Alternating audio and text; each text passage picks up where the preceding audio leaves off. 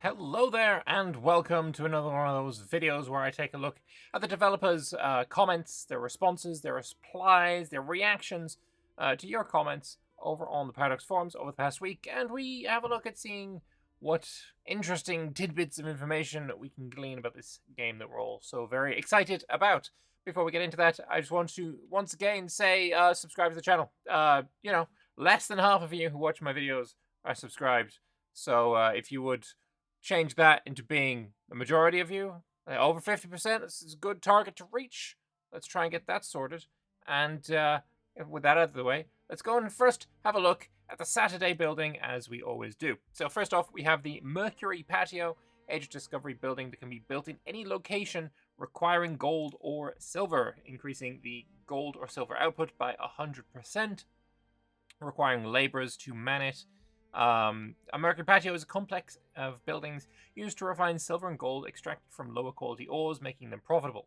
If you've played Kingdom Come Deliverance 2, you will have seen these. I guess if you've completed it, it's not exactly the first thing you see. Whatever. There's one of these in KCD2, and yeah, it's a good game. You should probably play that too. Anyway, Mercury Patio. Moving on, we have the Merchant's Quarters, another Age of Discovery building that can only be built in a city. So it gives you trade advantage, gives you trade capacity, market protection, burgers trade capacity. This is a building that I feel like I'm going to build in every single city. Without exception, without fail. Bustling with traders, these quarters house shops and storage, serving as the economic heart where deals and exchanges flourish. I also feel like I've seen this building before. Let me know if you guys recall this from a previous dev diary. I had a quick scan, I couldn't see it, but I feel like I've seen this before, and I also feel like I've said, oh, I'm going to build this in every single place ever. I feel like I've done that before. Let me know. Another Age of Discovery, we have the training fields. 1,000 soldiers to man it gives you 20 monthly manpower and lets you recruit regiments in that area. Also, we can see the progression upgrade path there, which is quite nice. Training fields can be built in rural locations as another source of manpower for our armies. Fantastic.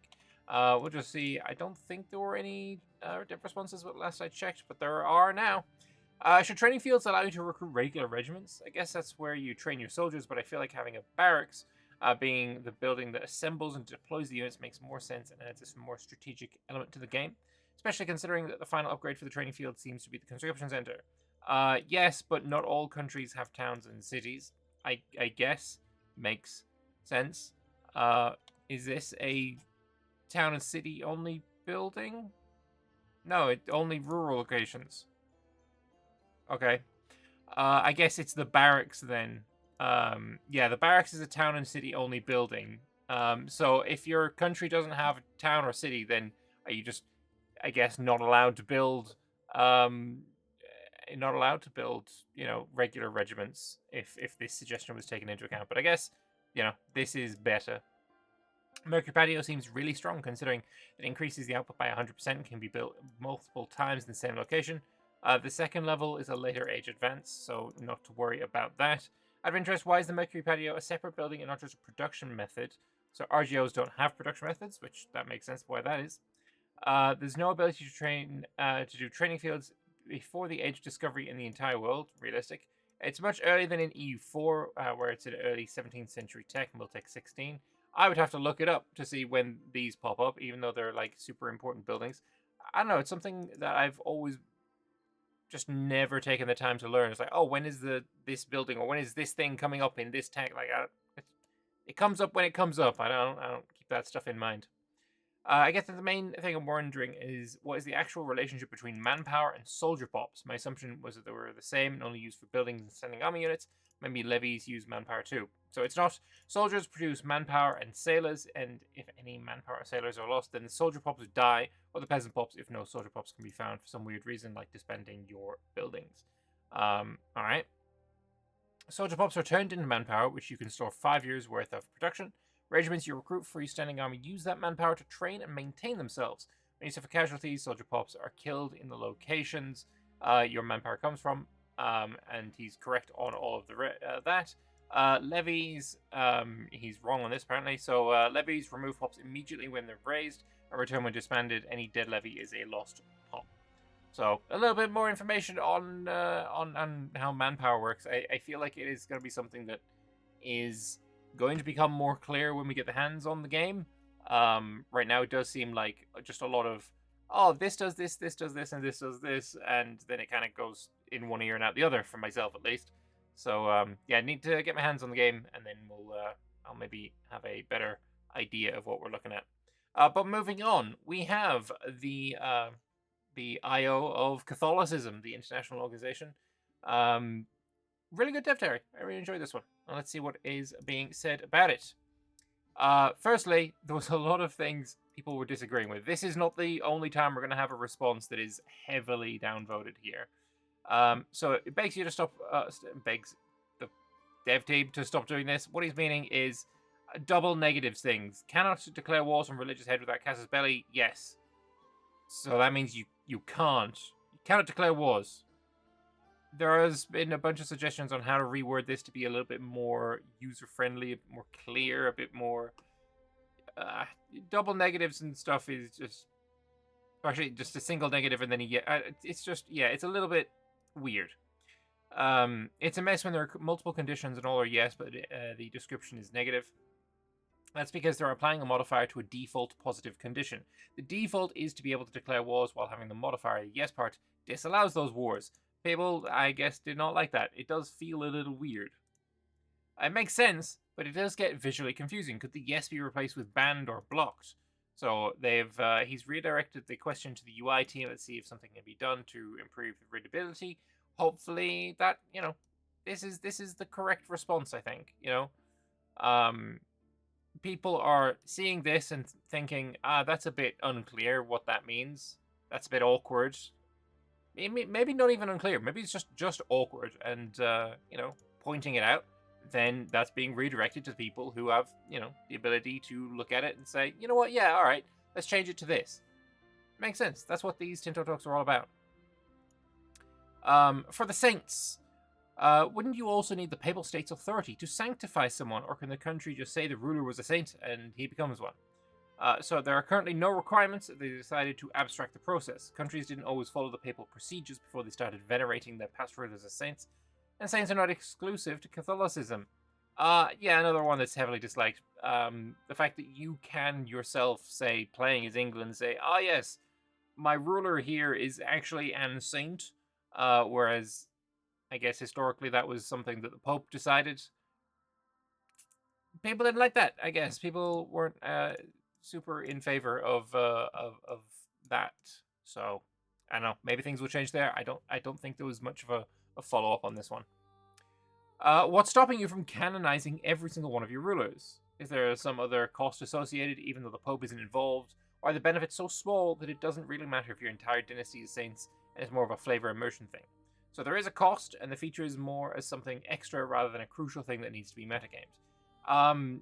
Obviously, I don't know if the benefits you get from canonizing a saint is the same as in Imperator. Well, I know it's not the same, because, the religion mechanics have been shown to us, and they're not the same as Imperator ones. Canonized, or sanctified, deified rulers in Imperator were, click button, get reward with omens, so obviously it's not the same there. But if I'm thinking about Imperator, where these were things that you wanted to do, it still didn't make sense to do absolutely every single one of your dynasty, right? That wasn't something that you wanted. I feel like the same is going to be here. Maybe the cost is going to be progressively higher the more saints you have, or the more saints there are in your dynasty, perhaps, or maybe it's just prohibitively expensive, and having one or two be nice, but going more than that's not really a thing that's worth it.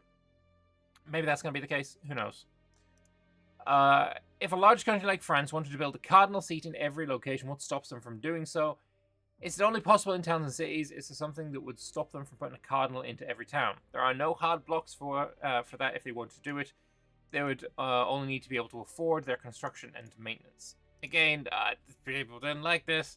Cardinals were appointed by the papacy.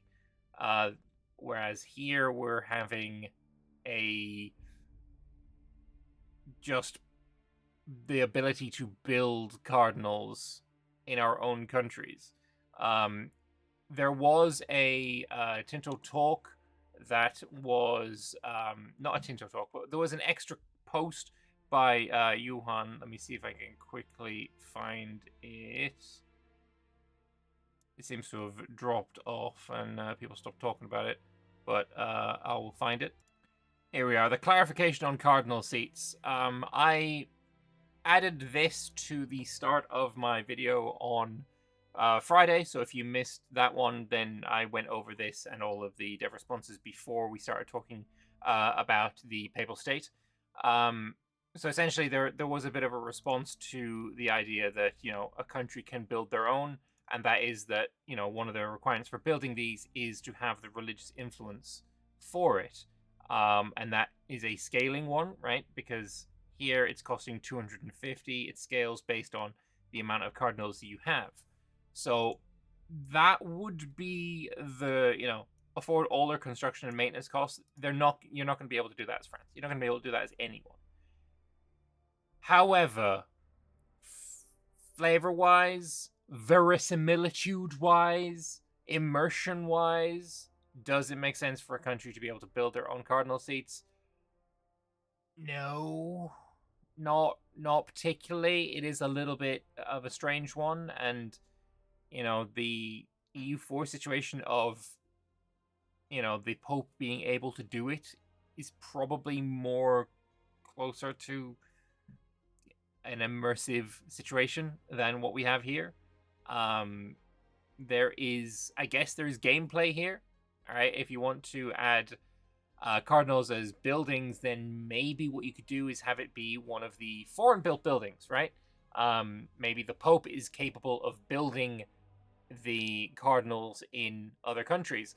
And as we have, if I go back to here, there was a comment that I wrote saying changing cost of buildings is a really cool concept. And look, all of these things are able to be used as a construction cost. What I'm now wondering is, can you make this a negative number? Can my construction give me negative gold, as in it will give me gold to build this thing? So if you give it to the Pope as a foreign building, as in I can build this in other countries, maybe it can give me something if I build it in you. That could be nice.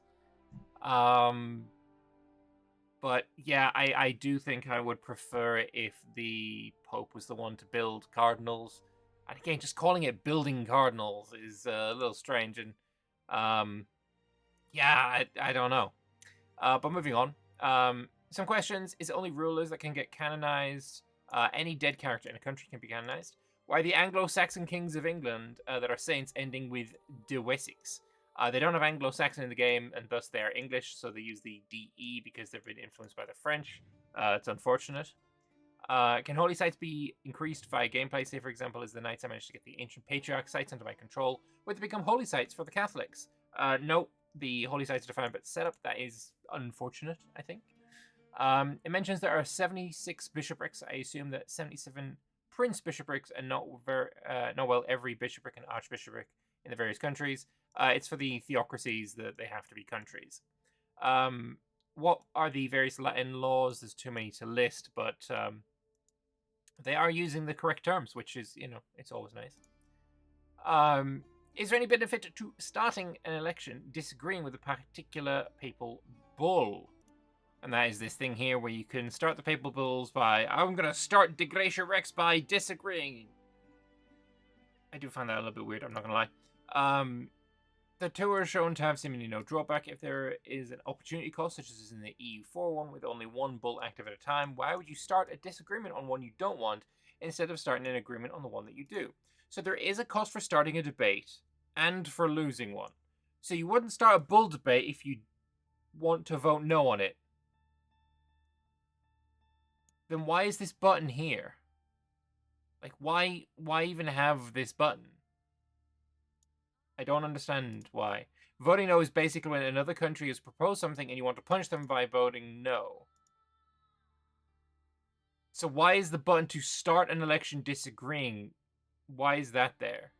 Because we know that, you know, when an election is started, you have the vote no button. That's fine. I ain't got no problem with that. But why is this part here? That part makes a little bit of zero sense to me. Can countries request funds from the papacy in case there's a plague, outbreak, or disaster? There's nothing specific. Excuse me. There's nothing specifically for that. Are Jesuits and similar non-military orders in the game? Jesuits are in the game, and you can see one of the laws related to them as well. I'm not sure what law that is. It's all in bloody Latin, and I can't read it, so I don't know which one it is. What happens if the Papal States disappear? They will reappear somewhere else, as they are key to how Catholicism works. Fair enough. Will Cardinals be a character or only a building? This one. So we're abstracting it with the buildings rather than with characters. So Cardinals are going to be buildings, which on one hand,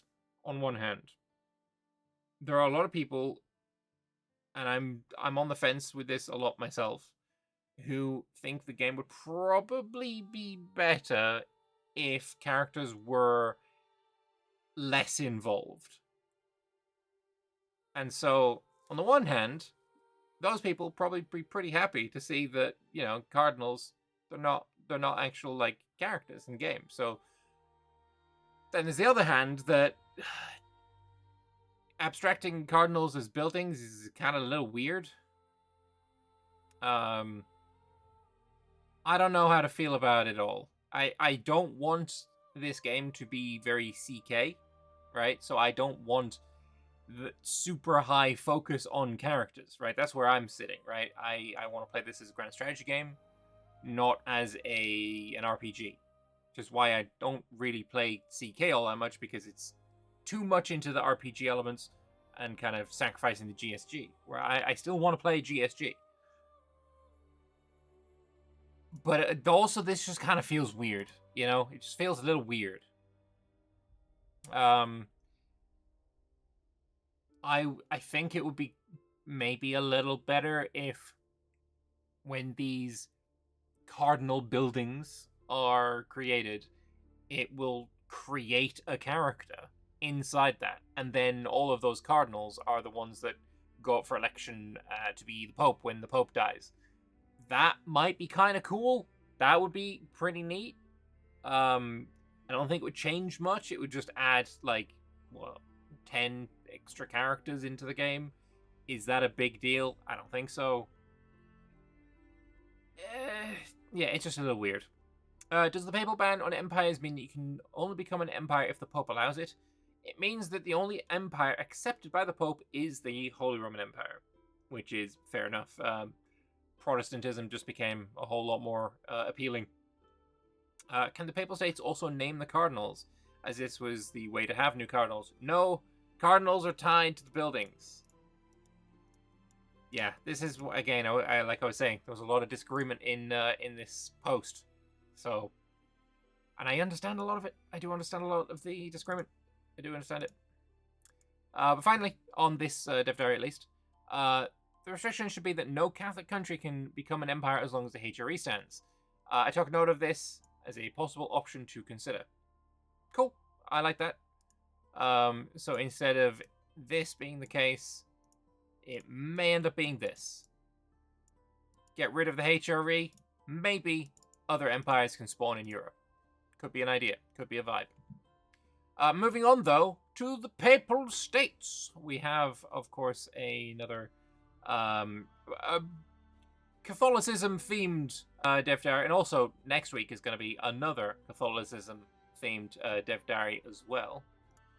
Because next week we're getting teasers for the Western Schism, which is, I think, going to be a lot of fun. A lot of interest in that one. Are there any plans on letting the Papal States have some content related to unifying Italy? There is something related to that. Kingdom of God vibes, perhaps, potentially, maybe. I know we have a list of all of the formables, and I don't believe Kingdom of God was in there. But I do like formables, and I like Kingdom of God being a formable, even though it got rid of the Curia, which is, like, the majority of the reason that you play a Catholic. So yeah, I something along those lines would be still kind of nice. Is papacy able to change language from Latin to something else? There's currently nothing forcing them to stay using Latin, although there's no incentive for them to change either. However, they may disallow them from changing altogether, as it would probably make sense. I think it would make sense, and so does Matfer. Please disallow it. They still have Latin to this day. Done. That ain't fair enough, to be honest. They do still speak Latin to this day. Ish. I do remember there was a YouTuber who spoke absolute fluent Latin who went to the Vatican to start speaking with the various cardinals and bishops, and I don't think he spoke to the Pope. And there was a little bit of the Latin there is very different from the Latin he spoke, at least. You know, biblical or scripture Latin is very different from the spoken Latin that he learned. So, anyway, just found it interesting. I can't remember what the YouTuber's name is, but worth looking into. But yeah, no, that is I think a good not compromise. It's not compromise. It's a good resolution there to that question. I'm sorry, but the portrayal of Raphael as a bearded man instead of the clean-shaven twink. Not sure if I'm allowed to say that on Twitch. Not Twitch. I'm on YouTube. We all know and love is blasphemous. So of course this is the Raphael that we have been shown, and this is the clean-shaven twink that we know and love as Raphael. Work in progress. I think this relates to a bigger... Is issue the correct term here? I don't know if issue is the correct term, but it's certainly an issue if you speak to someone like Father Loris, where we have a lot of historical characters in this game where we know what they looked like because there are paintings of the people in question. And it's a little strange that we're getting these character portraits that look nothing like what they look like. It's a little off-putting, right? This doesn't scream Raphael to you. I mean, if you obviously know what he looks like, then this is like, that's not right. That's not Raphael. The same was true for the Leonardo da Vinci portrait that we saw before. Same is true for the various kings and such that we've seen. Having these historical characters at least try and look like the historical counterparts would be nice, I would think. How much does the conclave usually last? Can it last several years? So when the Pope dies and you get a vote for who will be the next Pope, can it take several years, like the description says, or is it just for flavor? Yes, it can. It can take several years. Also, the Swiss Guards Regiment is in the game. Nice. Is it normal that I feel him staring straight into my soul? I feel the urge to confess things I didn't even commit. And he's talking, of course, about Pope Benedictus the 12th Fournier, and he is definitely staring straight into your soul, and it's not going to get better. It's just going to get more and more. And I'm going to leave you with this creepy ass image as I say thank you very much for watching. I hope you guys have enjoyed this Tinto discussion talk response.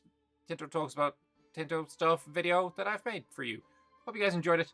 I will see you guys on Wednesday, where there will be more discussion on papal mechanics, the Western Schism, all of that good stuff. Yeah, should be a good one. And then obviously on the Friday, we're getting a Tinto flavor of the Teutonic Order, Livonian Order, and all of that good stuff there. So, thank you all very much for watching. I'll see you then. Toodaloo.